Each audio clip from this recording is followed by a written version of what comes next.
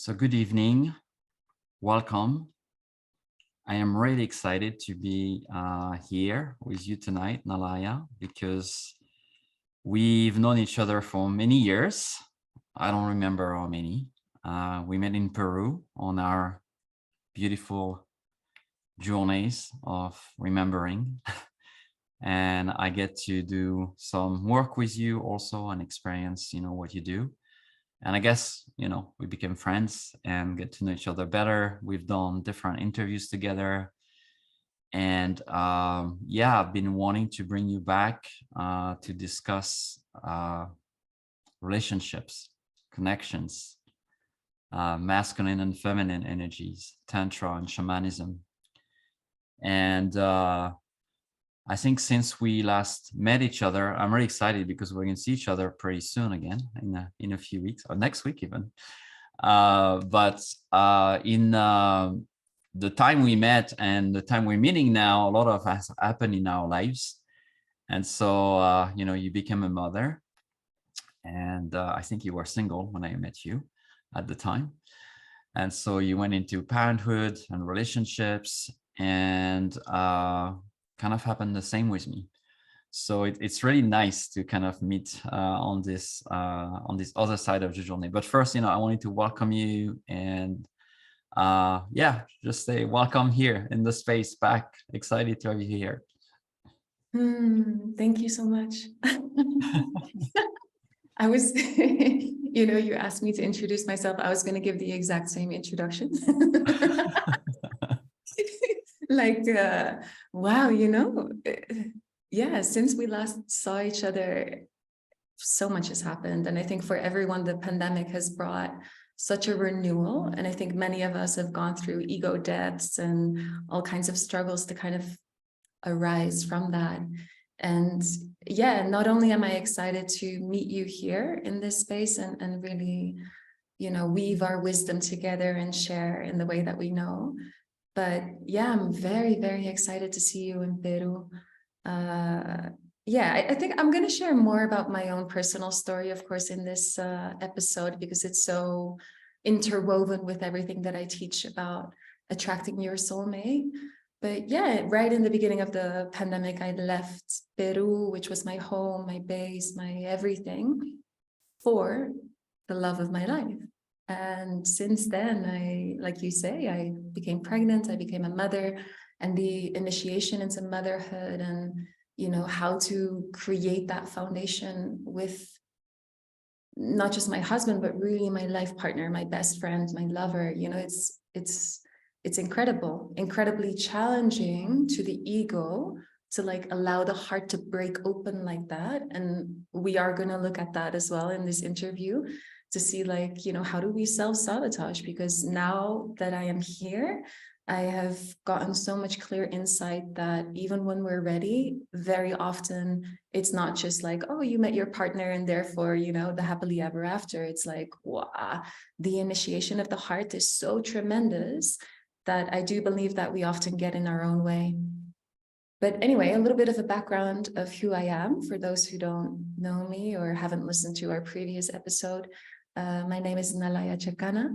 I am originally from the Netherlands, but I was raised in multiple countries, which is why, the way I navigate in life, or let's say my cultural inheritance is quite mixed.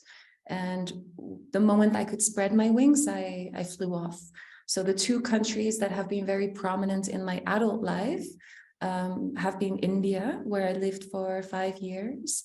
And there, of course, spirituality and tantric initiations, but also very much, my own healing that needed to happen at the time regarding my femininity, sexuality.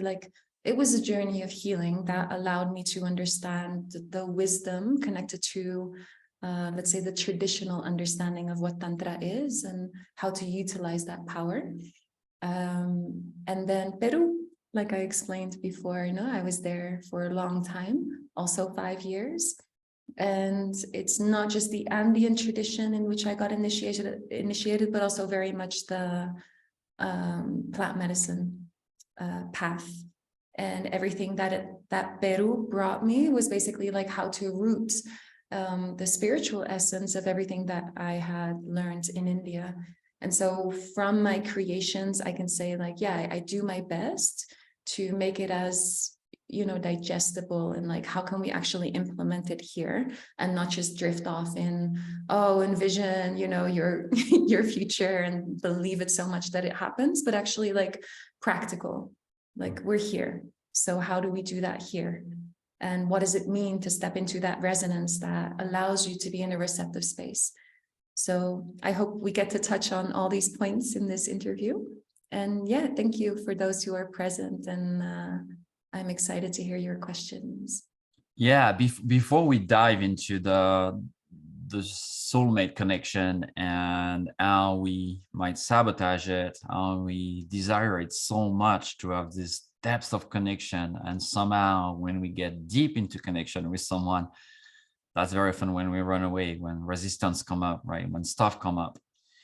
And also, I think one of the things we're in touch about is, there's a very, at least for me, that's my perspective of it, there's a very romanticized idea of relationship through, movie and Hollywood and some ideas of what a deep connection look like.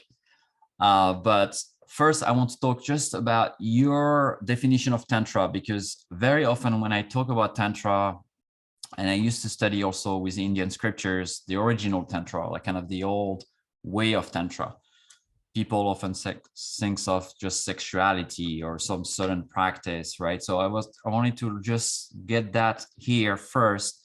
So what is your definition, and how does that also maybe weave into more the shamanic perspective, the ancient ways perspective, and kind of why bringing them together right here?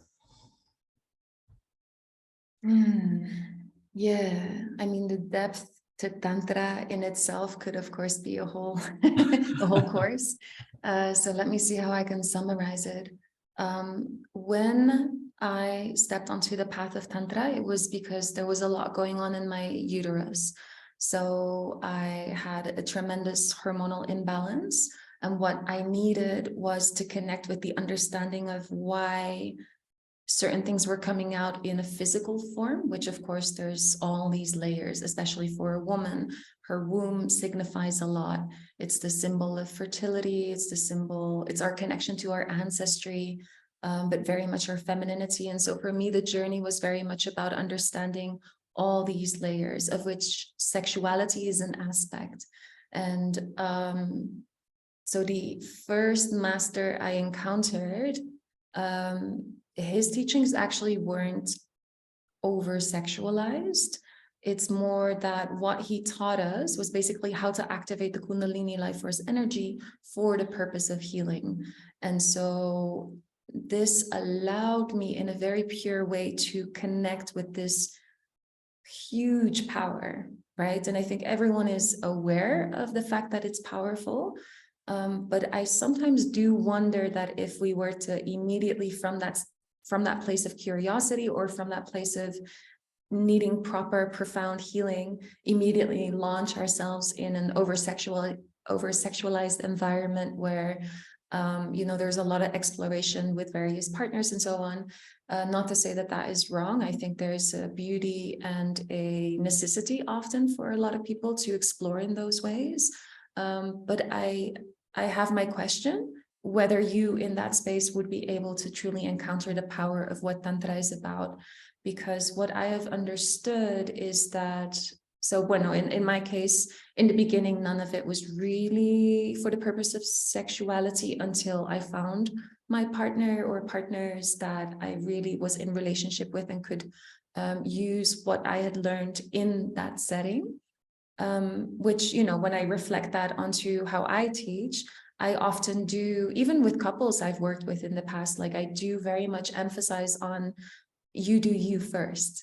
Like you work with yourself, with your own sexuality, with your own body, and try to approach it in a different way than just standard masturbation, right? It's like how to tickle that energy in a way that is almost non-sexual, to understand the power of it, and to then kind of build up until you reach that point where you are able to maneuver in the extreme intensity of amplifying the sexual life force energy, because ultimately that's where the power resides, right? To just allow it to grow, to expand beyond boundaries of what you've until now explored.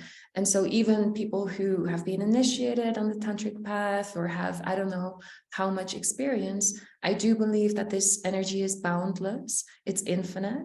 And so, you know, anyone, regardless of their experience, can go back to the most basic practices and still be able to encounter new experiences. So what it requires, like for me, I see my sexual life force energy as one of my main teachers for that reason. But what it requires is for us to like stay open and stay curious. Now, to kind of go back to your answer, to your question, how would I define it? I would say when you look at the ancient scriptures of Tantra and the root of it, of course, there's a huge aspect that is sexual, so I don't want to like, you know, push that away.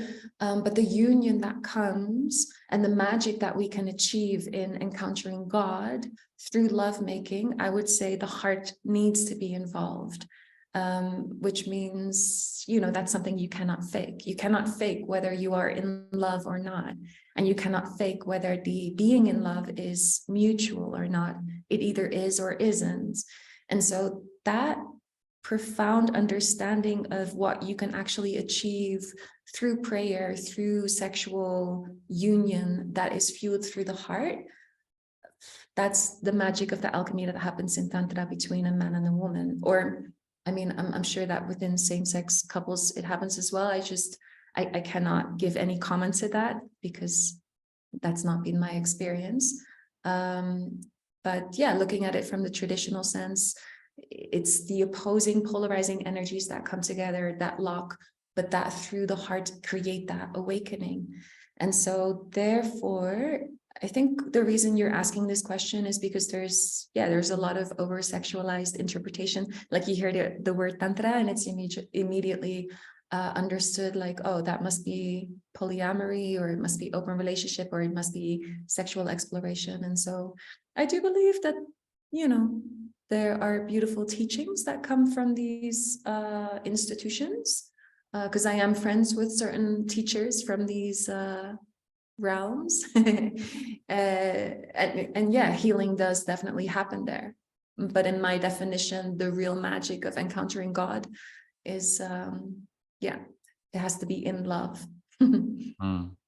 So we are, you know, obviously understanding here that we're bringing the heart in it, and we are bringing what's in the heart, what's in front of the heart, what's around the heart, I guess. And you know, I've been coming a lot for many people I encountered and things I read, and I guess discussion we had in the past is that very often people get this very strong pull, maybe to a partner or to someone. There is this, you know, initial kind of spark, I would say, and then get into some level of connection, some intimacy, emotional intimacy, physical intimacy, spiritual intimacy, and then some big stuff kind of rise, right? And I want to explore a little bit with you the idea of sometimes, yes, there is incompatibility, right? We might discover, yeah, this is not the person maybe I want to build my life with for various reasons. But I feel that, especially in the world post-COVID, right? Post, you know, a lot of trauma, people have been isolated, people have gone through a lot of transformation. And we're also in a society that's very individualistic. So very often I hear people that maybe have a very strong sense of self, which is nothing wrong with it, but it's kind of my way or the highway, right? It's very much about this strong, independent person, can be a man or a woman. And then when something doesn't really fit, it's immediately dismissing the potential of a connection, where we know that, in fact, it's being able to resolve that, to work through that, that provides the healing and then the deeper connection.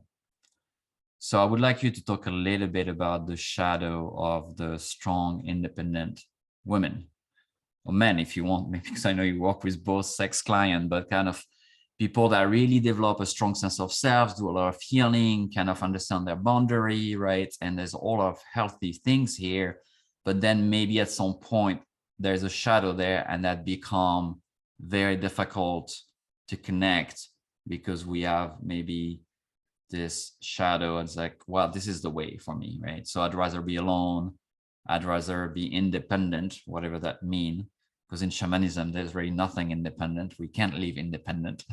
We're always in relations, and how that can come very strongly, right, in the body and maybe in the way we behave. And what is that shadow? Where is it coming from? And how do we kind of perceive it as, okay, this is real, or meaning that, yeah, maybe there's not compatibility there, or no, this is something that's going to show up anyway in the next relationship and in the next relationship until I do heal that.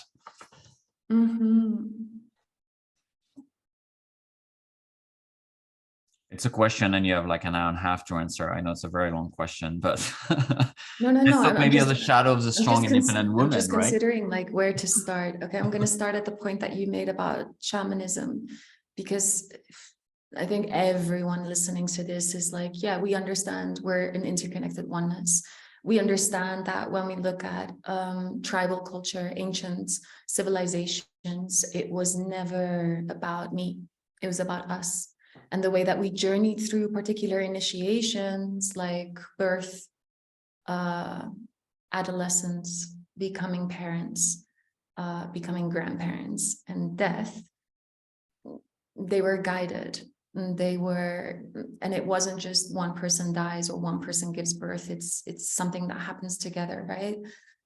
And so we idolize that, but we're in a place right now, collectively speaking, where we can't go back, even though that's what a lot of people seem to be talking about. Like, we want to live in community, this and that, but at the same time, we are a modern civilization. And I think that lust of like, we want to live together, move together, is because we have seen that the emphasis on individualism doesn't work.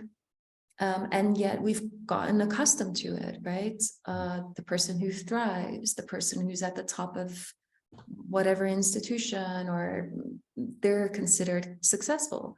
So even when you look at what feminism has done to women, and I am going to specifically talk about women, so, you know, for the male listeners, I think this is just going to be interesting information for you to receive as a man, because I bet whatever man is interested in listening to this has probably, you know, fallen for these beautiful, independent, strong women who are very attractive for these attributes, but it's those attributes that actually very often cause for relationships to not work out.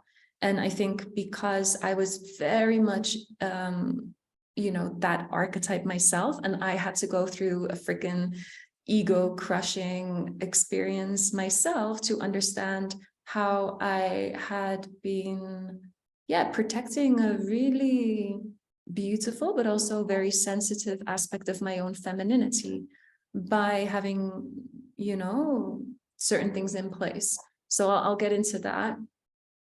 But it's interesting because, you know, just looking at independence, it's like feminism has taught us, and there's reasons for feminism. So I'm not saying feminism is per se bad, because it allowed women to have the same rights, women to be able to study, women to be sexually liberated, women to be able to choose and go for whatever it is that they want. But I do believe, like, okay, we've kind of reached the end of that. And somehow the understanding of what it means to be free, strong, and independent has leaked into these newer generations, or even our generations, of which even the women who wouldn't necessarily call themselves feminists carry some of that in them. And when a woman says, oh yeah, I have a successful business, or oh yeah, I'm a teacher in this, or I'm an expert in that, it's like, we respect that. And that respect adds to a particular identity. It adds to a construct of why it is that a particular woman would feel confident. And it's very contradictory because we need confidence to be able to attract a man that also carries that confidence, right? Because we don't want to be in anything other than an interdependent relationship. But what I've seen, and maybe I can just speak for myself because I think my story is a reflection of what many women go through. In my own experience, I've seen that I was stuck in certain patterns, and the patterns would repeat themselves. So I would often complain, for example, that the man wouldn't support me in the way that I wanted to be supported. I ended up supporting them way more, to the point where I would feel exhausted of needing to be the one to make the decisions. And we're talking about a million little things, right? But if these a million little things keep happening constantly within a relational dynamic, it becomes exhausting. Why does it become exhausting? Because they're from, and I call this the primal self, but you can also connect it to the base understanding, the foundation of what Tantra is based on. But for me, Tantra is almost like a spiritual expression of what we're talking about from a primal perspective of what a man and a woman is. And when you look at these basic innate aspects of a man and a woman, it's all based on hormones, right? Like testosterone driven, and how that, you know, influences the brain development and how the brain operates, versus estrogen driven. And yeah, you know, I have to go into these black and white terms. Even if a woman by nature is more masculine, like me, for example, like, yes, I am more masculine in certain ways. Like, I've built several businesses. I'm good at taking the lead. I have clarity overview. I'm able to create whatever it is that I've created. But that doesn't mean that those attributes necessarily cannot exist in my life. Of course they can.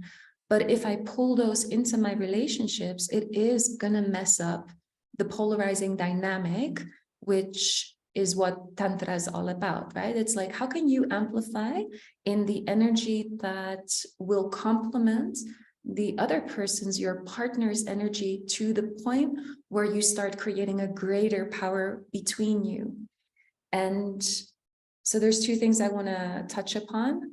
First, how women get in their own way, and second, how do we slip back into the understanding of how to create that unity?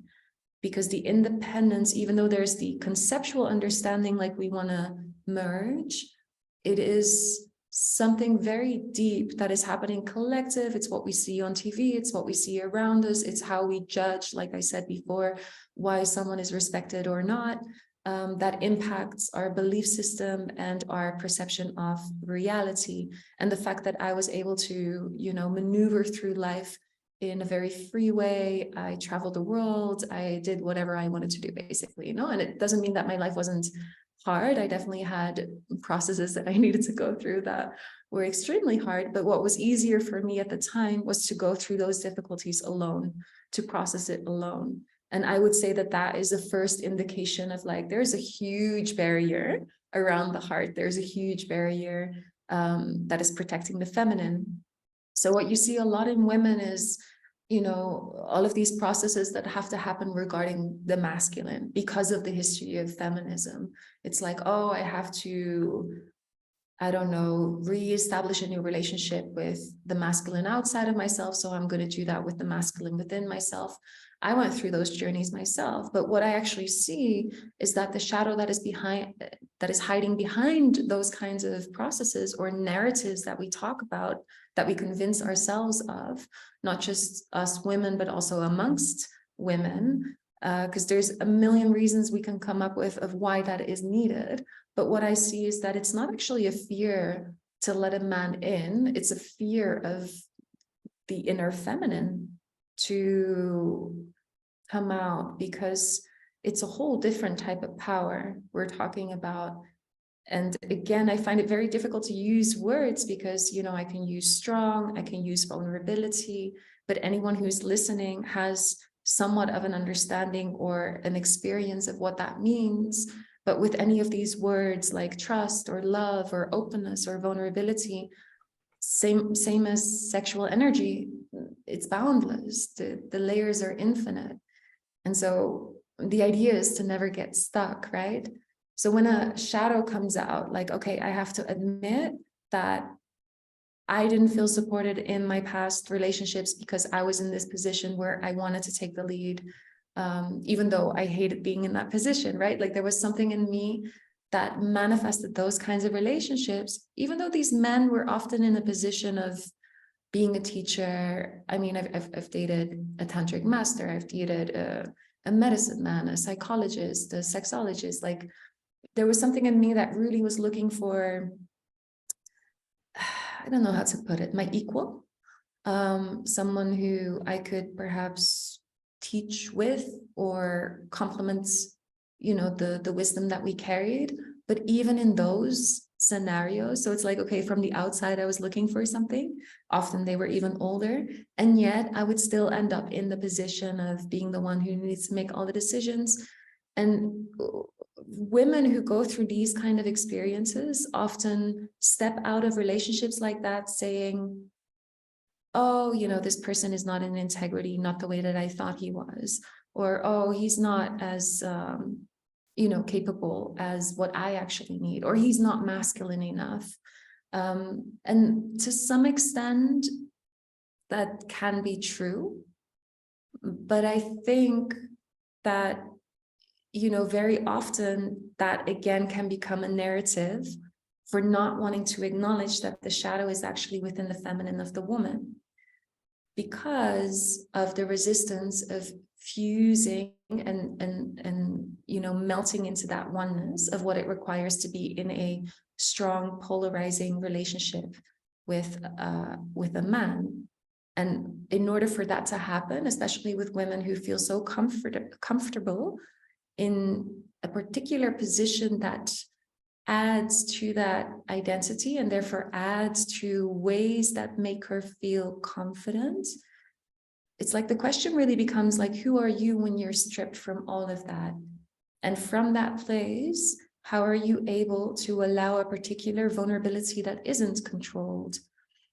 I hope I'm making sense. I think I need to add a little bit more juice to the story and perhaps tell a little bit about my own story to step away from the conceptual understanding of this, because I think a lot of people are already aware of what I'm saying. So for me, I was stuck in these patterns, right? I was willing to take a lot of responsibility. I was willing to see my shadows for what they were. And I do believe that a lot of pre-work is essential to have the awareness of like, I'm the one creating my reality. Therefore, I'm the one making sure I'm in a particular position in the relationship, even though I know that that is exactly what is harming the relationship, right? So that awareness and the inner work and the pre-work is essential, I would say. And then life decides when you are ready. And for me, the deeper layers of encountering my inner feminine happened when I moved to Thailand for the love of my life. So that in itself was very symbolic for me because, I mean, this was the pandemic, right? Borders were closed. We had to make a really strong decision, like who gives up their home for each other, right? So I ended up being that person to leave everything behind. And in Peru, I had my identity set. I was a particular person in that community, a person who people came to for advice, for healing, for session, for retreats, for whatever. And I took myself out of that and I launched myself in a world where nobody knew who I was. There was no medicine community. There was not much of a spiritual community either. I was falling in love. So, I mean, I felt in my bones, like I knew this was the father of my children. And it was clear for him. And, you know, right from the start of our relationship, we began talking about marriage and children. So the fact that we got pregnant very quickly was just a portrayal of like, we're ready for this. No, and when you're ready, that's it. But the sacrifice I had to make, only in retrospect can I really understand why it had to be in this way for me. I'm not saying that everyone has to move across the planet in order to be challenged in this way, but I was stripped from everything familiar. I was stripped from everything that added to this well-constructed identity that was the strong, independent woman. And because I was in a country where I didn't speak the language and I didn't know my way around, I automatically fell into a particular position, which I had prayed for in 1,000 ceremonies. Like, please let me just be with a man who can take the lead, who can make decisions, who can, it's like, I think on a primal level, it's what every single woman wants. Like, we want the man to be in their masculine. We want them to take charge. We want them to also stop us sometimes, like women have a tendency to sometimes test the boundaries, test the edges. And if a man that isn't aware of that these tests are happening and just says yes and amen, then gradually she will learn to evolve stronger in her masculine attributes, which then in a natural way will have the man shift into his more feminine attributes.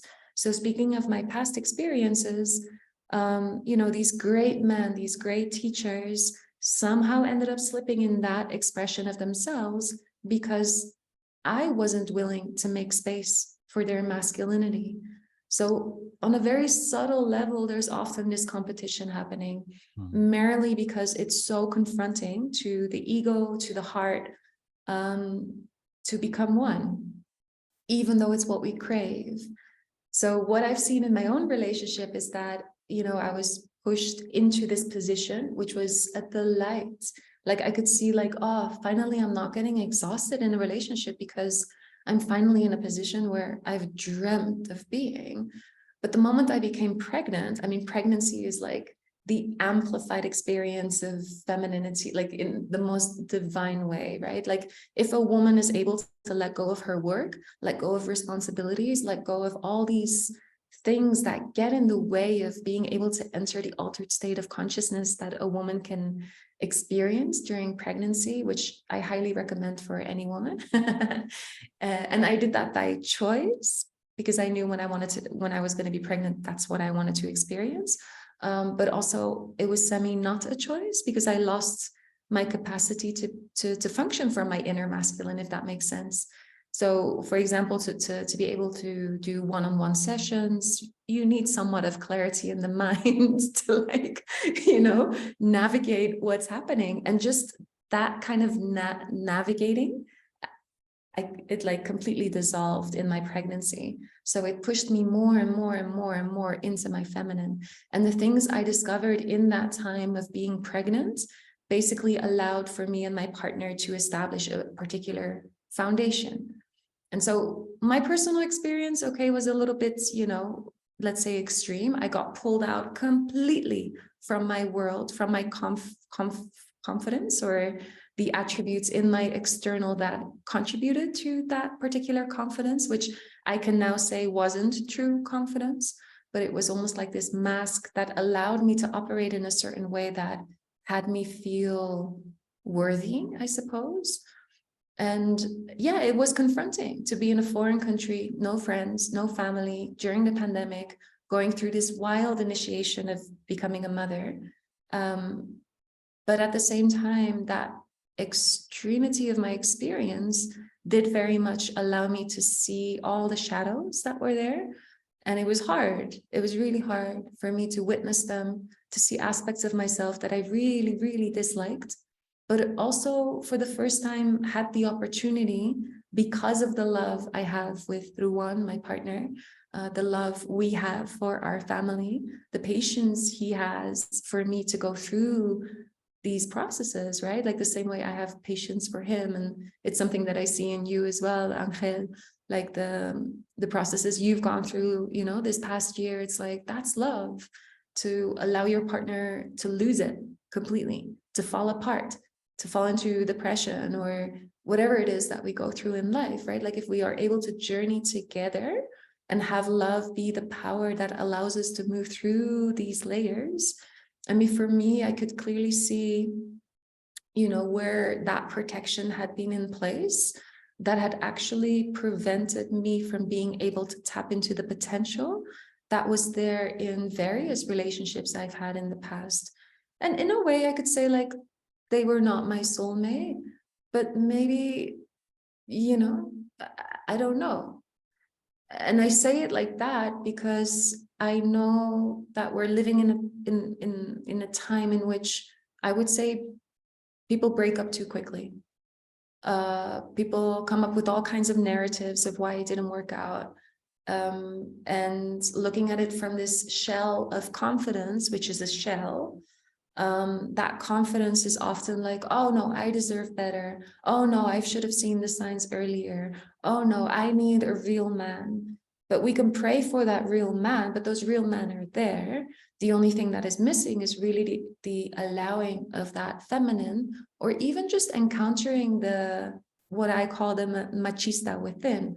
So, you know, it's something that I think is very sensitive for me to use those words because of the history of Latin America or feminism, or, you know, the immense oppression and suppression that women have needed to go through for hundreds of years.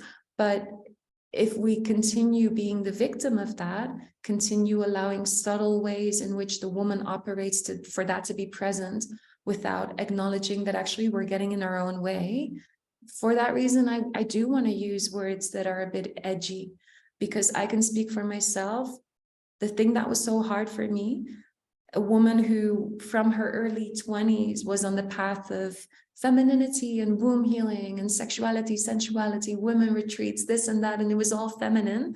And then boom, you know, more than a decade later, being confronted by the fact that I didn't actually value my inner feminine in the same way I was able to value the aspects of my strong inner masculine, like the entrepreneur, the world traveler, the one who's able to take the lead, who has all the answers and blah, blah, blah. Like those things are easy to measure, but what is the feminine? And how are you loved? Like, how do you love those aspects of yourself if you take all those things away? Because the beginning of my motherhood, I mean, I didn't work for a year, was the understanding of like, okay, I'm no longer an intimacy life coach. I'm no longer a tantrika. I'm no longer some figure in a community. I'm no longer none of it. And I also had a bit of an inner fight with mother, the archetype of the mother. Like, what does that represent? Can I still be sensual and beautiful and feminine if I step into that? And I mean, it allowed me to see all these shadows connected to feminism. And I mean, my journey was through motherhood, but I think that everything I'm sharing is super recognizable for people who, for women who have similar complaints of like, where's this masculine man who can freaking allow me to be feminine for once, you know? But it starts here. Yeah. Oh, it's Anyway, long answer. no, I love your answer. Yeah, I was really feeling into it because there's kind of this opposition between what it means to be feminine and maybe our femininity or women's have had to evolve in a world where there's an over masculine, very patriarchal, where there has been a lot of oppression, which have required, right, a lot of strengthening to, yeah, wins right, to wins the right to of menacing, right, and kind of keep holding that because we're not over in the battle. I mean, in the US, you know, it's like kind of going backwards at the moment. So Yeah. I feel, you know, it's almost like, obviously, yes, there is this deep understanding of what you're sharing about what is this real feminine here deep down that wants to soften, right? That wants to open, that wants to feel held, but at the same time require some level of safety, some level of, yeah, acknowledging what are the defense that I've put in place to feel secure, to somehow protect myself, right? And here we are asking the heart to do the opposite, to drop the protection, to empower itself through a softening, where everything we have learned in that society for men and women is that to be powerful, we need to kind of tighten, right? And we need to kind of fight. We need to kind of get ahead. And here you are like saying, yeah, it's fact, this vulnerable power is really the true feminine, right? And that's what is needed in this relationship for polarity to happen. And I think the self-sabotage very often come from that. At least that's my experience, right? These strong, independent things that I'm always been amazed by what you let go of it from Peru, because I knew you from that time, right? And your community, and yeah, all the people coming to you, and it's like that was obliterated, right? Because you had to live, and then you go into motherhood, and I was like, wow, that's interesting. It's coming to you with what you're teaching, because kind of your prayer, right, for a long time, this world of Tantra Mm-hmm. and that. But I'm feeling, people are very scared to let the guards down. And also, how do we truly soften in relationship when we are living in a world that's quite violent, in a context that's quite violent, that's quite intense, and where it's so hard to just let go of the guards, right? And I'm speaking also as a, someone recovering from abuse and things like that. It's like it requires so much internal work for me to even just relax and to close my eyes and to soften, right? To access that feminine side of myself. I'm much more, if I'm in my masculine, okay, I have more control, right? But here we have a let go of control, right? And a surrendering of control. And I felt that's often the massive difficulty was like, you know what? I need to earn my money. I need to make my things happen. I need to run my retreat. I need to run my life. I need to do my job. And that seems kind of counter that kind of life, or counter that kind of duality and polarity to happen, right? If I don't really soften on that, and I want to talk a little bit about that. How do we soften into that, into the relationship, while still maybe being a leader, right? While still maybe taking care of our life. But how do we kind of almost shift roles and create that polarity and let go of this illusion that we have built, this personality? Because I can identify to that too, right?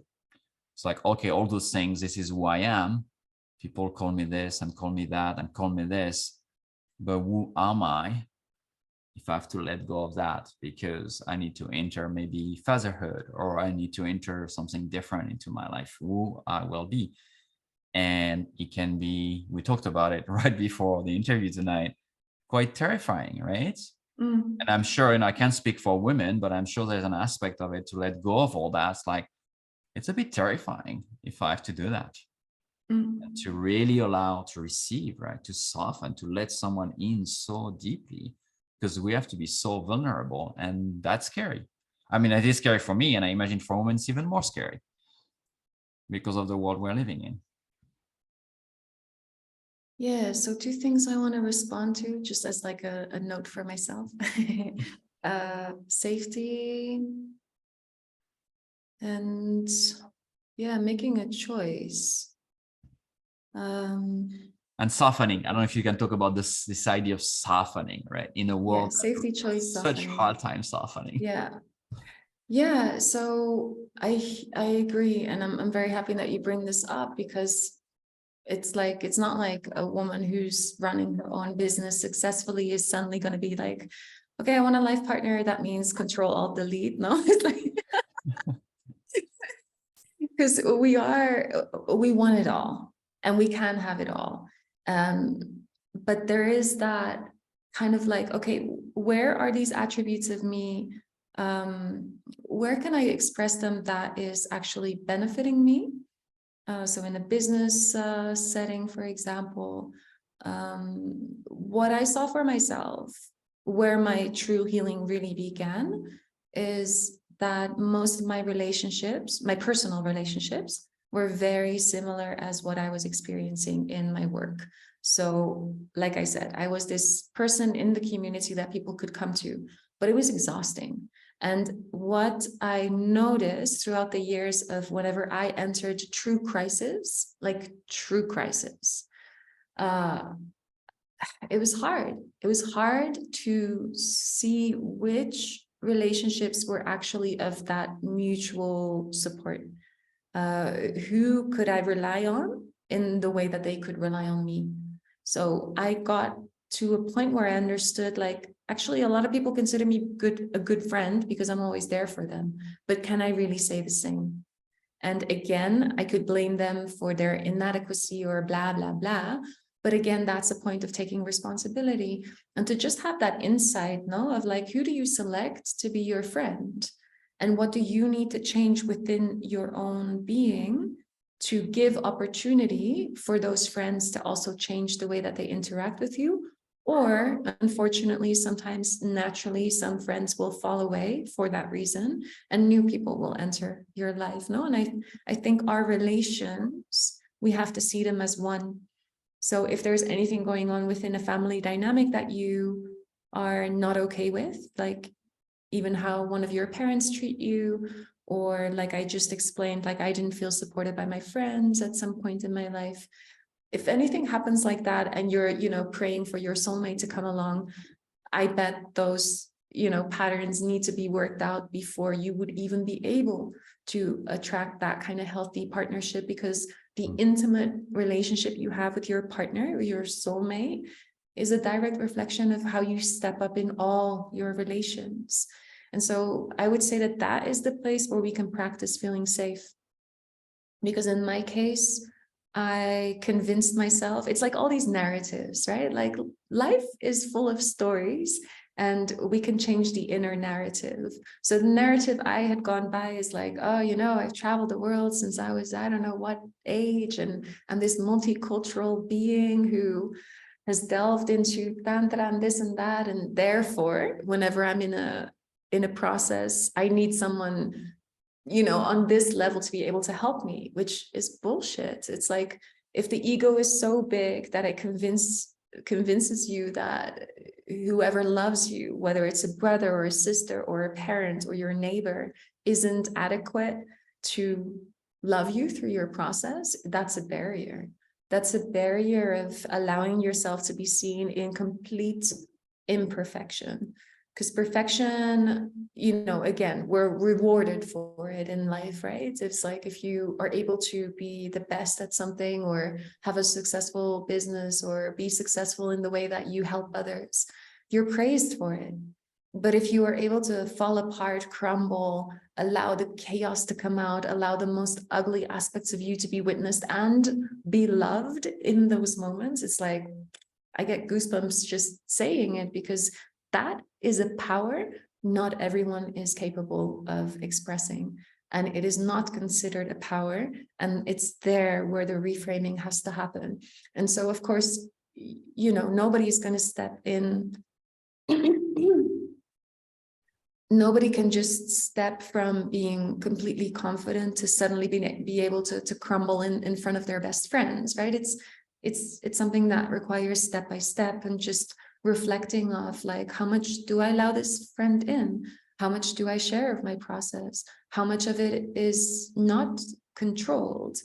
Yeah, it's hard for me to use these words because often these are things that are hiding in the peripheral or in the shadow, where, I in the past also thought I was vulnerable with my friends, but it was in the setting that I would choose. I would invite them in whatever part of the process I was going through. Whereas in partnership, when you're living together and you have a baby and you're going through moments of being overstretched and overwhelmed and overexhausted and I don't know what, it's there where there's simply no space to hold up any wall, that things come out in an uncontrollable way in order for them to be witnessed and to allow yourself to be loved through it, right? And that to me has been the absolute most confronting aspect of being in a relationship. It's to actually allow myself to be loved for those parts and to see where I never loved myself before. So I constructed this idolization of who I was, and therefore, yeah, I mean, control, when control is there, there's no room for trust. And the more we trust, the more we have to let go of that control. So yeah, that's safety. I mean, one of the things I started to practice, this was actually the year before Ruwan and I got together, was to position myself in the receptive position from a man. So I would listen to male podcasts, I would read books written by men, I would have men teach me, whether it was some sport or something, like I would force myself to be in that position, but also to pay attention to the details, right? It's like, oh, I'm going through something. I could, knock on the door of this person who I'm comfortable with, Or I could share my absolute vulnerability and insecurity and confusion with this other friend who's a guy. You know, and I think that positioning myself in these vulnerable positions, receiving from a man, was my way of, in a very gentle, very safe manner, kind of practice what is, you know, was flipping the dynamic and just kind of playing with the universe in that way, because the universe is all vibration, right? So prayer is one thing, but you have to feel it. And if there are steps that you can take to actually practice it, you're emanating a particular frequency, and that is reflected back. And therefore, the more comfortable and safe you start feeling in that position, the more of that is naturally going to come your way. And so these are little like tricks that, you know, because I think the whole notion of what is a relationship and how can I be in the resonance that will allow me to attract, it's taken very seriously, and I think it should. But the playfulness is something that is so essential to life, like to laugh at yourself, to laugh in the journey towards it, and to not see it as a goal to achieve, because once you're there, that's really where it all just begins. But to see like, how can I actually enjoy it? And how can I actually play with the universe and see that I'm a part of the way that things either come together and complement each other, same as Tantra. No, it's all polarizing. And how can I be in a resonance that attracts something? Or when am I actually stepping in between and becoming the reason why something is not clicking or not coming into my reality? And so in the sense of control, you know, very often when it comes to partnership, I see two things. Either I see people creating somewhat of a tunnel vision, in the sense of like, my soul partner has to be X, Y, and Z in order for me to be able to feel safe to open up into my feminine. And often, you know, women would make lists, for example, which I'm very against, because that in itself is like, I'm trying to control who's meant to step into my reality and who's meant to make me happy, when actually it's reversed, right? It's like, how do I get to step into something that magnetizes? Like, it's all about magnetism. But also I often see the trap of, I'm doing this dieta in the jungle or this inner work or this process so that I am ready for love. Whereas the mystery of love works in the exact opposite way. It comes in the unexpected. It doesn't come because you do the work, because that in itself would say there's a lack of worthiness, right? Because if you believe you have to drink 100 cups of ayahuasca in order to get to a point of, let's say, perfection, like, oh, I've worked through all these processes so that I am ready to be, but it's actually about how can you allow the journey of healing to continue while being witnessed in the imperfection and the chaos, and allow all of that to be part of the way that the true healing really happens. And this is something that is very much present in the subliminal, I would say. Like, I myself wasn't truly aware of it until I was able to look at it in retrospect and say like, oh yeah, there've definitely been moments where, you know, I did certain practices to then supposedly step into a space in time in which it was like, okay, bring it on, I'm ready. But it's when you're able to know exactly what you want and be able to let it all go that it appears. But that in itself, again, same as orgasm, you can't fake it. No, like, it's, you're either in that resonance or you're not. And this is really how I've constructed the Dare to Love. It's like the whole journey of that course leads up to that point of like knowing what you want and being able to let it go. And it's such a fine, delicate art. It's very hard to put to words. And then one more thing I wanted to say is that the opposite of creating that tunnel vision and trying to control when you meet your soul partner, I have also seen that there are certain narratives and stories that people tell themselves that are there to mask, how do I put this? They're more like the obvious protection, or there's almost like a shame present in actually daring to admit that you just want to spend your life with your soulmate.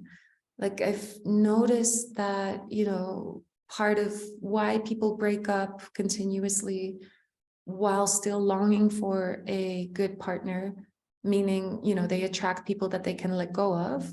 That in itself is a shadow, right? Like I date people who in the end I'm able to let go of, even though it's heartbreaking, it's manageable. But to actually open up, to actually surrender, and then have to face with like, what if it, like that fragility of the true power of opening up and allowing someone in is freaking scary. So, you know, tying that into the strong independent woman, I've seen a lot of women who, similar to me, we get successful because we follow our passion. And that then becomes super important. Like I used to call my purpose my golden number one.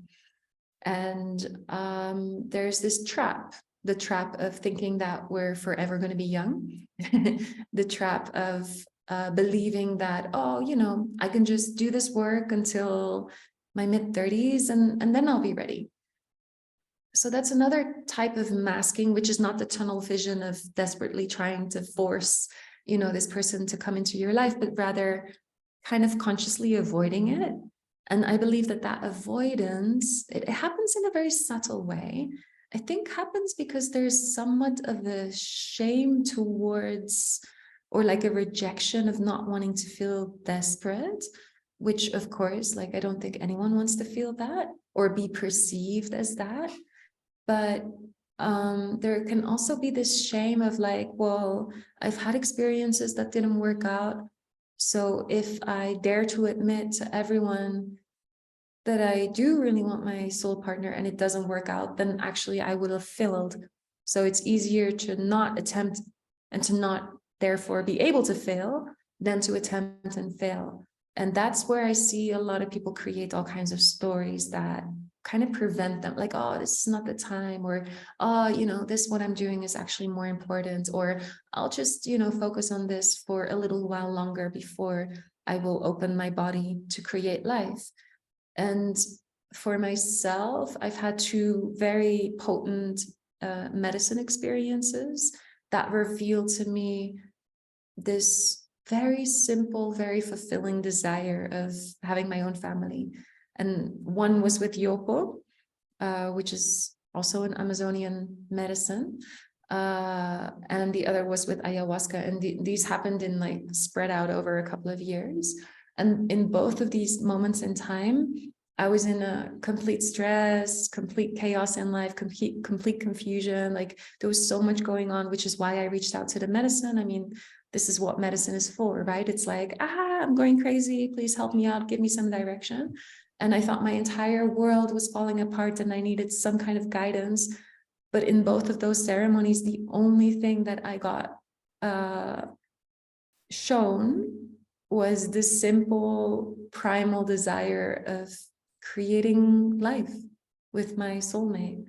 And it is in those moments, especially with the one with Yopo, that revealed to me like, wow, I'm taking all of this so seriously. And my purpose is serious, but if I had to sacrifice it all, I would, for love, for, you know, creating life, for being a guide to that child or those children, and to understand the deeper layers of, you know, how to create that balance between freedom and commitment, which is what a healthy polarizing relationship is all about. Like I knew that that was my greatest, deepest desire in my heart.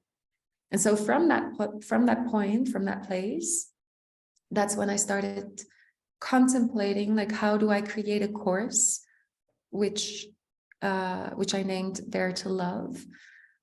But it's interesting because like it was my own daring to admit that that was my deepest desire, daring to redirect my path of purpose, which before that had a lot to do with sensuality, sexuality, women's work, connecting to, it was quite broad. And suddenly I specified it and the arrow became crystal clear, but I was still single, right?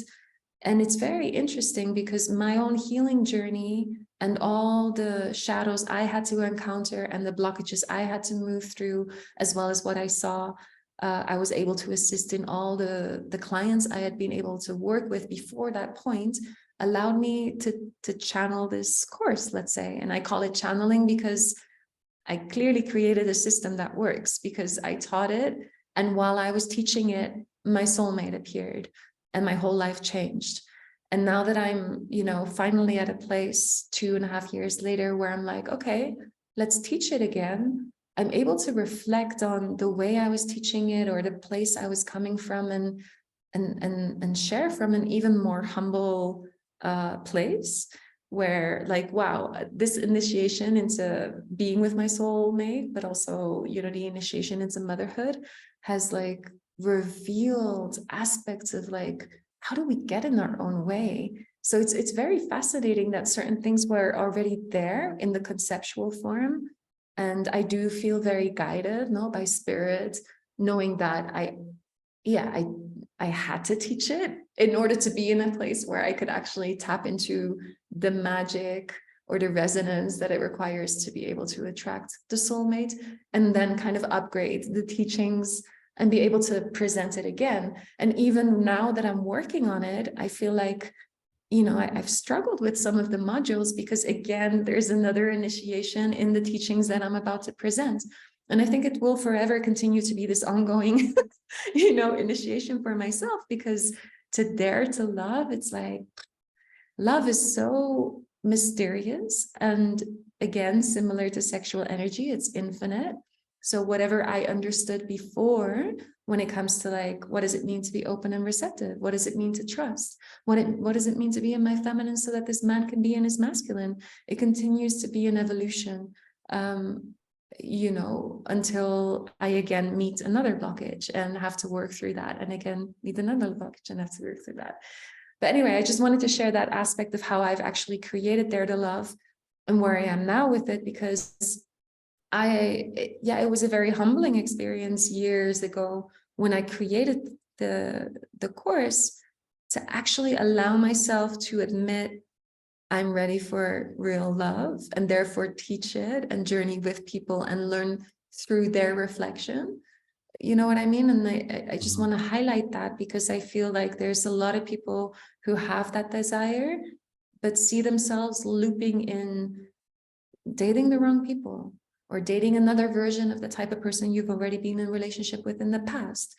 And if you're able to see that, it means like, okay, something has to tremendously be shattered, either in aspects you don't want to admit within yourself, or simply the narrative that you have to take responsibility for that is really creating a barrier against you and your desire. Yeah, and between, obviously you said earlier when you were like at the beginning of the discussion, where people break up too early, right? And then, or people, one of the things, that happens often is that people say, well, I keep dating the wrong person, or there is nobody available, right? There's no good men out there, or maybe good women, right? Whatever you want to seek for. Do you feel there is like a certain level of fear of intimacy that is underlying all the shadows, that is kind of underlying, okay, you know what? Yes, I'm just going to focus on my work because that's the most important. So I'm going to build that community or that career or that job or my travels, because there's a sense of control there, right? So you're controlling it, you're giving a direction to it. And then, yeah, when I'm ready, I will, call that love. Or like you said, right? I need to heal first X, Y, and D. And when X, Y, and Z is finished, maybe in 5 years and X numbers of ceremonies, then I feel I can focus on someone else, or on the we, on the two, not just on me. But if I'm hearing you correctly, and also it's been my reflection when I really look at that, is that maybe it's just a fear of intimacy. And then we find whatever excuse it is, either there's nobody out there, or nobody's ready, or every time I meet someone, then I have to break up because I get a bit too close. So if I break up pretty quickly, I don't have to be too afraid of going deep. And we are avoiding facing probably our biggest pain, our biggest shadow, because I don't think it's a fear of intimacy really with that person. I think it's a fear of intimacy of ourselves. And that's going to be seen, right? If I get really deep and really intimate with you and you get to see me deep, you are going to start seeing some of my monsters that maybe I'm ashamed of, or I'm afraid of, or I don't yet know how to navigate. And yet, if I maybe stay a bit longer, maybe it's in being loved for those monsters, being loved through those unresolved places, that maybe the breakthrough will happen. And I realize that I've met many soulmates. That maybe, the things that I did was just to avoid getting into that place, into myself, right? Exactly. Yeah. Yeah, I'm really happy you're giving that addition to what I just said, because it's, yeah, I do really feel like it's that clarity, right? Like admitting that desire. And I would say that's equally present for men and women, even though men, of course, their fertility lasts a lot longer. I would say that in a way, we have somewhat of a similar window, because I don't think there's many men out there who want to be 70 and have their first child, no?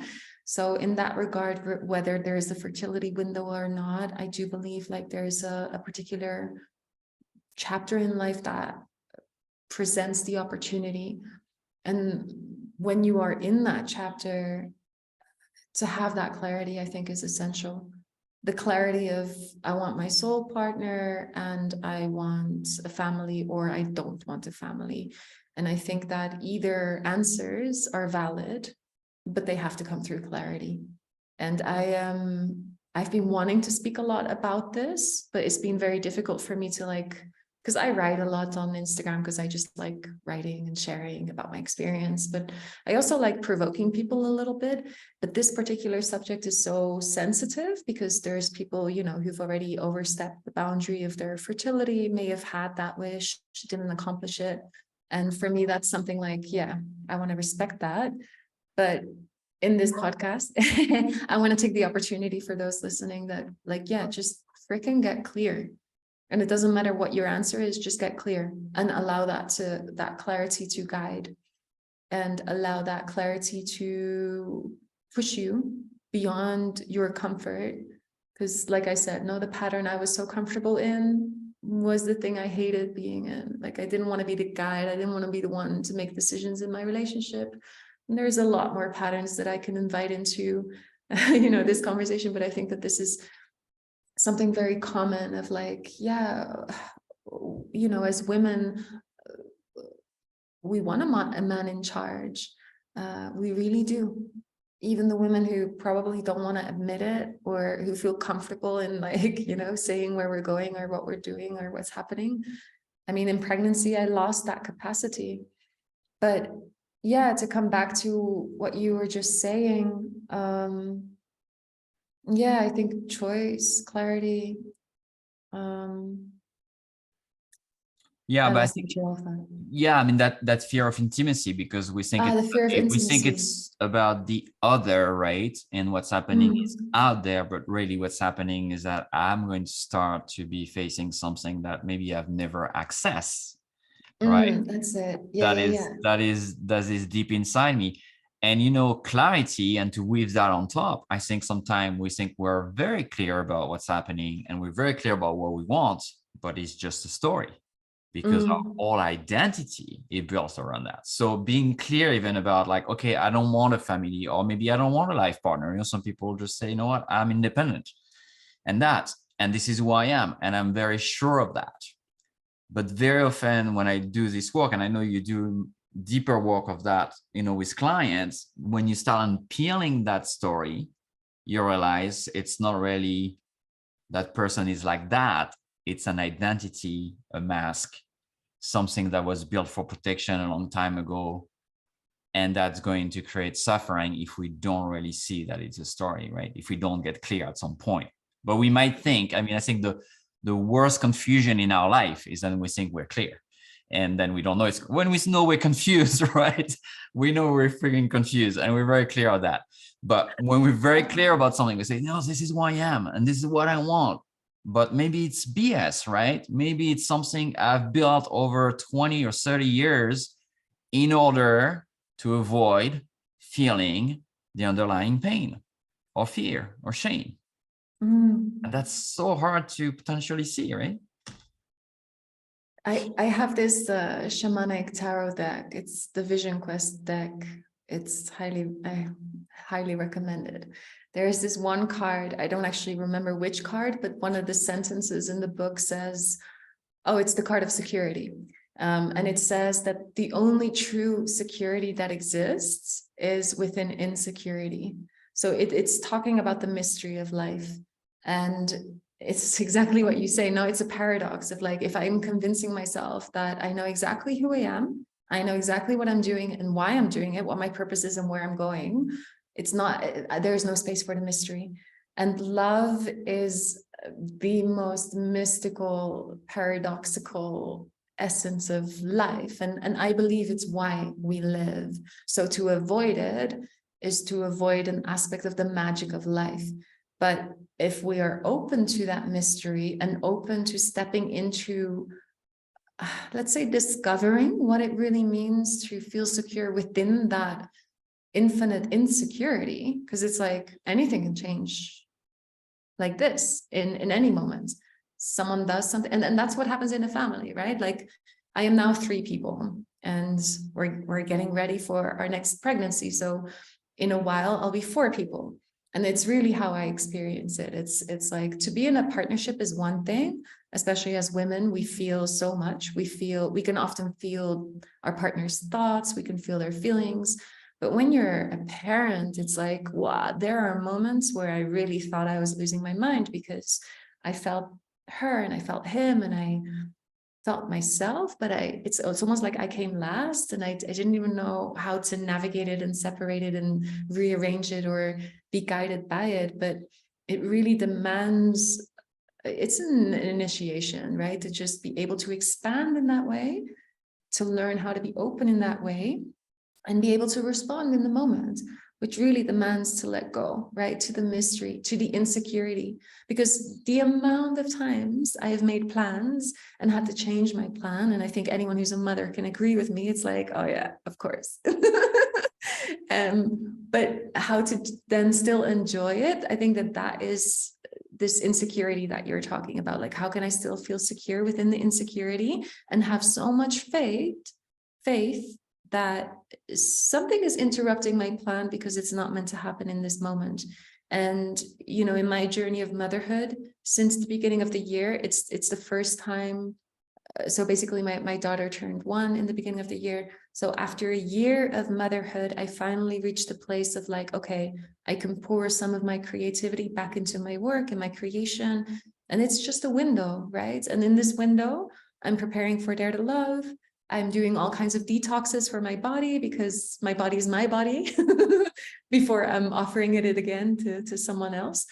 And in this window, I'm just striving and taking the opportunity, but then the window is going to close. And I'm so okay with that, right? Like, and that is the weaving that I'm currently in. And I think for many modern women, that's just how it goes, right? Like we kind of want it both, but we can't have it both all at the same time. And we're just navigating it. But I wasn't even anticipating for this moment to arrive and for me to teach Dare to Love again. I was actually needing to go through the process of death, recognizing that it could actually be, I don't know how many years before I would even have the opportunity to teach again, right? Mm-hmm. But somehow we constructed life in a way that is very supportive. But like I said, yeah, we are getting ready for another pregnancy. And for me, that's the moment where it's all about that, right? And it's about allowing myself to be fully immersed in that altered state of consciousness and fully devote myself to, you know, because how I feel, what I eat, where I'm at in a conscious space has so much impact on the life that we create. But to come back to what you were saying, I 100% agree with you that we sabotage the possibility of love because on some level, like I believe everyone has had multiple lives. And so the fact that we've gone through the initiation of parenthood means that everyone knows it's an ego crushing experience, but same as actually being with your life partner, not just anyone, but someone you're willing to face your shadows with, someone you're willing to sacrifice aspects of yourself for, not just for them, but for the union, for the potential of where the love can take you, and for the discovery of what it means to, you know, weave together. So that desire, I would say, is innate. Like, yeah, caveman wants cavewoman, period. It's very primal. You know, we can talk about procreation, whether procreation is out of the question, you don't want it, whatever, it doesn't matter. These aspects of our primal selves are very much present in the mating dance, whether you want to procreate or not. So the way we come together and what we seek from that is present, regardless of the outcome, right? And then on a spiritual level, we're at a place where, you know, we want to experience what is that magic of Tantra that we spoke about in the beginning of this interview. What is that magic that we can fuel through sexual union, through the deep love and deep connection, as well as the question of how can I balance passion and freedom, my own time and space, which is what I think a lot of us honor, while experiencing the full potential of commitment and the foundation that we get to build together when we are with our partner. And that in itself, even though it's beautiful beyond words, and once we get through the muck and the mud and the difficulty and the challenges and needing to shed layers of shadows, when we get to that place, it is the absolute most rewarding. But I agree 100% with you. On some level of our consciousness, the reason we get stuck in patterns, the reason we self-sabotage, is because on some level, you know, it's an ego death. You know, it requires you to be confronted with yourself in ways that are so freaking uncomfortable. So freaking uncomfortable. I mean, you know, for me, this whole initiation this last year has been, I mean, I can definitely say one of the hardest years of my life. And I've gone through a lot of processes, but it's really been allowing love to this extent, just to allow love. That has been the absolute most confronting, not to love them, but to be loved. And it's just so freaking impactful. So yeah, I agree with you. We know sacrifice is needed. And I think the whole understanding of sacrifice is misunderstood, because, you know, it's not to give of yourself to the point where you're overgiving and therefore building on resentment. That would be like the counter opposite of what sacrifice is actually about. That is lack of boundaries, or however you want to interpret it. But true sacrifice is to make sacred. And I think you are the one who reminded me of that. Yeah, because I was in a difficult space after giving birth. And I think you and I had a conversation, and you reminded me of the roots of this vibration, and it changed everything. Like I think I went really deep with just the word sacrifice for like a really long time, like weeks and weeks on end, just connecting to it, contemplating it, because as I've mentioned, no, like I let go of everything to be with my partner, and then more sacrifice and more sacrifice and more sacrifice. And I just like, I couldn't believe how much life was asking of me. And I really lost myself. And there's something beautiful in allowing that confusion, because it's only through the confusion and the chaos that we can really resurrect or rebirth or whatever. But it's hard, it's confronting. But the element of sacrifice is inevitable. And I think that if we try to prevent ourselves from sacrificing anything for the relationship we're in, that in itself is the reason it won't work out. And not to say like, oh, you have to sacrifice everything, but you have to sacrifice something. And what that is, I think, is unique to a partnership, like to the couple that comes together. But we're talking about an alchemy, right? So looking at it from the tantric perspective, it's one energy in itself is powerful, another energy is powerful. But if one energy resonates in a particular way that amplifies the other power, and they then come together, a greater power comes through that, right? But it requires for either energy to adjust in a particular way for that greater power to be able to be birthed through it.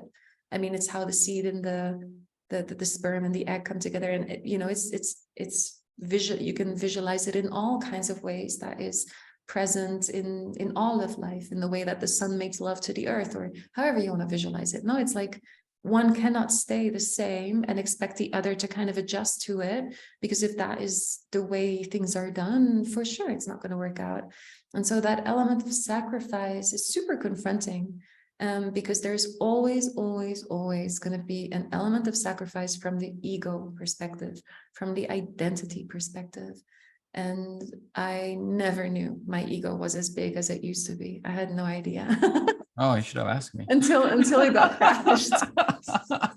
You know, I was this generous person being there for others, not knowing that was no, but I love the discussion you bring on sacrifice. You know, in ancient, in shamanic traditions, the bigger the sacrifice, so the bigger what we give is the bigger what we can receive, right? But we live in a world where we just we take first, right? And then maybe we pay, and then maybe we give something. So we have been, you know, kind of programmed in a very different way to relate. But I remember learning from my teacher, a North shaman in England, and he was telling me a long time ago, and he was like, your sacrifice is not big enough, because what you're asking is really big. So you need to give something that's way bigger than that.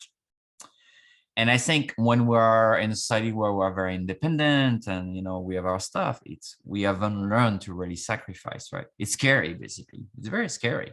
It's like scarcity, right? It's like, oh, I'm not going to have enough, or what might happen if I let that go. So I feel, you know, and we're arriving at the end, but kind of weaving that also in the idea that, yeah, it might be terrifying to go into such partnership. To dare to love, I think it's terrifying. I mean, I think it's amazing and exciting. And I think there's nothing more beautiful than a very connected, you know, relationship on all levels. But for me, I've never experienced that with, at the same time, navigating a part in me that is terrified. And I want to acknowledge it in my relationship. I acknowledge it with my partner. I acknowledge it, you know, here on live, because I think if I don't acknowledge it, then I'm going to avoid feeling it. And I want to say, yes, it's terrifying, because, you know, we have been heartbreak in the past, and we don't want to be more heartbreak. When we open more, right, we potentially might experience more pain. That's terrifying. We don't control the outcome. That's terrifying. We have to let go of stuff. That's terrifying, right? So I think and I would love you to maybe tell us a little bit about that to finish, you know, but how do we dare to love when maybe we've been so hurt and we're really terrified, and it feels like it's very difficult to trust again, you know? And it's like, how do I still dare to love with that powerful self-preservation, self-survival mechanism that are automatic in me, right? We are designed for survival, and we are designed for love, right? So how do we navigate and step into that, right? Fully, like really into it. So, okay, before I answer your question, I actually wanted to ask you a question, because you're in this beautiful relationship. What is the one thing that you've been able to sacrifice with her that you could see you were preventing yourself from doing in the past? So again, we'll cut that, maybe the repeats there. But... Well, something is really working in your relationship, and it's due to a mutual sacrifice that's happening, obviously, and a particular alchemy. But what is the part of you've been able to offer to this love that in the past you were afraid to offer? I think for me at this point, you know, very much is about, and it's very much connecting to what you were sharing earlier, it's accepting that I don't know. Accepting that, in fact, I've had a lot of control in my life over my career and many things I created, right? But the last 5 years, especially with my physical illness and other things that happened to me, I realized the only way I can regain control of my life is to let go of this illusion of control. It's a complete illusion, right? It's a complete illusion. And this constant, tremendous amount of energy that is required in our life to control everything. It's immense, right? And then things don't go according to plan. Things happen. It's like, you know what? Letting go of that idea that it needs to look that way, that if I control it and it look that way, then it's going to lead me there, which is, you know, BS, because if not, I would have been there in the past. So obviously I don't know the way. I don't know the way. Maybe you don't know the way. Maybe together we can figure it out. And so the idea was like, okay, yeah, there might be conflict, there might be arguments, there might be disagreements, there might be a lot of that, but underlying of that is love. Like there's a commitment. So we don't quit. We don't quit, you know, and it's like we return to it, even when we're frightened, even when we have no answer, even when we don't know where to go, but we sit in the not knowing together, right? So I guess in many ways, it's allowing a deeper level of surrender, which I feel for me was a deep access to my feminine, because I was very into my masculine. So for me, it was also sometimes accessing this part of me. It's like, okay, maybe I even need to be held, right? Maybe Yeah, and sometimes it a lot of plays with things reverse that role, right? you wrote about in your journey, I could really relate to myself, even though our stories of the last year have been so different. But it was the same, right? Like you were forced into something where there was just like you met the darkest parts of your psyche, and so did I.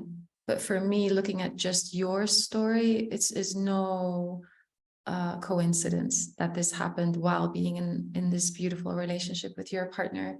It had to be that way, because for you probably also it would have been easier to, even though it was so hard, but to navigate it by yourself or to invite certain people in to help you, guide through, would have been easier than the person you love the most, who, to share all of that chaos with.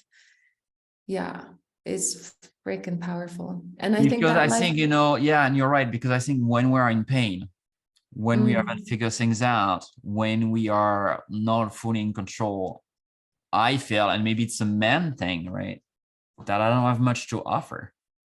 I feel the year I was sick, this past year and a half, and I'm still recovering, but I felt I was more burden of anything, right?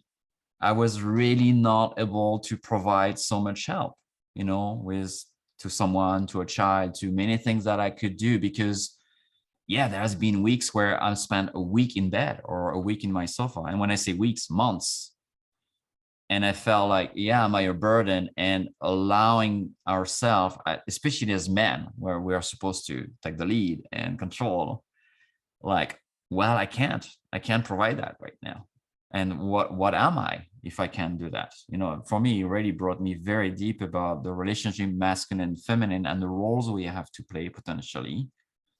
And like, I'm even, what is my value in this? What can I really provide? How do I support someone that's also a mother, right? So how do I support that when I can't move, when I can get out of bed, when I'm just, in a ball on the ground, in a child pose or in a baby position for weeks, and allowing myself to be seen that way, to be witnessed that way. And for someone that is very incapable of asking for help for so many years, that was also a big shift. Like, well, I need help, because you know what? I can't put my socks. I can't remove my pants. I definitely cannot, carry the garbage out, or there's many things you can't do, right? When you're physically incapacitated. It's very humbling, right? But I guess it's difficult, but yes, in the way you said it, if we can go through that as lovers and being seen that way and say, you know what, I still love you that way, then I was able to heal that part of me that maybe feel like, the part of me that feels useless is probably there all the time. The part of me that feels it brings nothing is probably there all the time. And still that part can be loved. I don't have to be that teacher. I don't have to do 20 podcasts. I don't have to do that class. I can still be loved when I'm just crying on the floor. And that was big, right? Because I'm not 90 years old, right? I was, when you age and you're probably, okay, that might happen one day, but I'm turning 50 in a few months, so it's a bit different. Wow. Congratulations. Yeah. So Yeah, yeah, that I part, think right? in your case, like you had to be stripped completely of whatever you thought masculinity was, lose it completely, so that when you reconstruct it and bring it into your relationship, it is going to be healthy. And I think that that is probably what is part of this journey, like that is the reconstruction of that foundation. And yeah, I think the foundation of how we construct it together, especially in the beginning of a relationship, is so important to set that base. And like you say, like there's seasons, there's phases of relationships where one will need a lot more power than the other. One will need, and that doesn't mean that that is the forever balance, but it's the patience we have with a baby, the patience we have with a puppy, and that I do find the beauty of actually having a child. It reconstructs the concept of time, or that's what it's done to me. Time sometimes goes so fast and sometimes so slow, and it's like whatever. Similar to you, like you create 20 podcasts or one, it's actually the same. I teach one course every 2 years, maybe, whatever. It's like time doesn't actually matter. It doesn't really exist in this way. And that surrender, like we often do need these initiations. Anyway, I feel I'm drifting off. To answer the question you asked me before, I have no simpler answer for except the invitation to join me in Dare to Love, because like the way I've constructed it is 3 weeks of darkness where, we really dig up the roots. We really go into the ancestry, which just talking about ancestry, I feel like can be a podcast on its own. And maybe I will record something like that, just to kind of allow the understanding of like how deeply we are connected to our ancestors. And even if there's things that we don't know about, I don't know, the grandfather of the father of your grandparent, like it's, the lineage goes on. And especially in this time, it's like not everything was registered. Certain secrets were shoved under the carpet. The traumas that certain family members experienced in wars or whatever it is that is part of your heritage, we don't know, but it is what I call an echo. And these echoes are either unresolved trauma that therefore allows you to, recreate it just so that you can solve it, not just for yourself, but for whatever is part of your constitution. And then, of course, there's the beliefs, which are very often outdated. Like even just looking at the role of a man and a woman, right? Like certain aspects are very outdated of like what is proper. And even when we create our new beliefs, our new values, our new ways of maneuvering through life, what I've seen in, I don't know how many people I've worked with, is that these echoes create a contradiction of like, okay, you may believe that it is okay to not marry the first person you fell in love with and create a family and keep that commitment regardless of whether you're happy or not. You may disagree with that and have your own beliefs of what relationship means or what that should look like. If that contradiction is there, it is going to cause for disruption, whether it is in past experiences or in this experience or the experience that is coming your way. So that is at the base, right? To like release that, release shadows, release connections to past lovers. And this can be lovers of an insignificant kind, more superficial, but the fact that there has been a sexual connection has a huge impact on where you're at in your entire life and being. And that's something that I think is very much in the unconscious of the collective, I would say. Just the understanding like, sexual exploration, I think, is amazing. And it has an impact. And we need to resolve that. And then on top of that, of course, there are the more profound relational experiences in love that we have with people that we actually love, or who have loved us, and the heartbreaks and the difficulty of those experiences that also need to be released and resolved. So all of that is part of what I call the weeks of darkness, where it's just like, okay, let's get dirty, let's dig in the mud, let's pull out the roots of the weeds so that the new seeds that we plant in the weeks of light truly come from clear space. And in any shamanic tradition, that's what you're going to see. Like, take ayahuasca, which I think probably everyone is familiar with. You purge. And the purge is a symbol. It's a physical symbolism of something that you are releasing so that the space is created, so that those new insights can actually have the space that they need to flourish. And so in the weeks of light, it's more tantra based. It's more, you know, how can you use your sexual energy to allow the new vision and the new trust to be planted and flourish, but also how can you use that to magnetize what it is that you desire? How can you step into that resonance, but in a grounded way, right? So that's why I always say, like, you know, the whole concept of like, oh, manifest your true reality simply by envisioning. I think that's just money-making business, because it has to be embodied. And so the way I've constructed it is really like, okay, how can we allow the shamanic understanding of how life works in a very grounded, practical way, combined with more the spiritual, you know, sexual aspect of the power that you carry as a human being, combined to lead up to the final place, which I talked about earlier, which is really that resonance of receptivity.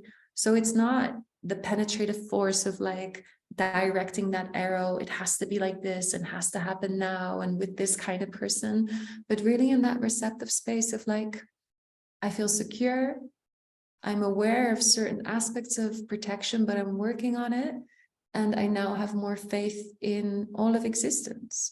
I have more faith in the mystery of love. I have more faith in that love is meant for me, even, and that whatever is going to happen that is going to shake up your world, whether it's something similar as what Angell went through or what I went through, you know, it doesn't have to be that extreme, but there is going to be a moment where a sacrifice is going to be asked of you. And so I suppose that last point in the Dare to Love journey is really to feel that security, no, of the insecurity of life, like that mystery of simply having faith. Yeah. So, okay. Just to kind of clarify, this course is now only being offered for women, specifically because I do find it very interesting, the shared shadows, I guess, that we have as strong independent women. And the course itself is not, oh, here's the knowledge and here's the integrative practices. It's actually a bundle of stories, not just my stories, but stories of other clients I've worked with, and of course, integrative practices. But the journey itself is really constructed in a way that I encourage people to share their stories. So it becomes a co-creation. So it's like your story is part of the wisdom that we co-create. And I do very much have found in all the ways I've taught in the past that when we come together and everyone gets the same position of like, okay, we're sitting in circle and here's my contribution of what I've experienced, what I've learned, and what I'm willing to admit and be witnessed in it. It's like there's something in being witnessed that just like, boom, amplifies the power of the journey itself. And the details of what, if, how, where, and when, you can go to idaretolove.com. Yeah, and I put a link here in the chat if people wants to look at it and find the link. If you're RSVP, you're going to get the link to Nalaya, and we're going to put it under the recordings, this video. And if you're listening on the podcast, you know, we'll also put that online. Thank you, sister. So good to be with you again. I'm really excited to see you. I can't believe I'm seeing you in a few weeks and celebrate your life and celebrate the little baby. And thank you to everyone that joined live today and everybody that's listening on the recordings. Feel free to reach out to Nalaya, to myself. We're going to put the link to our website and all of that under those recordings in a few days. And yes, looking forward to keep daring to love. to there again and again and again, especially when we want to run away, especially when we don't want to. That's my commitment, that I'll dare to do it, especially when I don't want to do it anymore, because I think that's when I heal stuff. I know that's when I get humbled, and that's when I see something I can't see if I just run away. Yeah, I just Like, want to cut it say short. thank you. Gracias, hermano, for the space that you offer. And I have witnessed you in your transformation, and I really feel, yeah, it's an honor, you know, to chat with you. And I hope we get to co-create in other ways. Yeah, and I really cannot wait to be back in Peru after 2.5 years, but also to reconnect with you. And I feel really blessed that we're somehow going to be in the same space in the same time. Yes. Yeah, and see you and meet you. So thank you, everyone, Blessings, for sister. Thank you listening, very much. and Yes. feel free to, yeah, like he said, ask questions. Gracias, gracias. Bye, everyone. Thank you.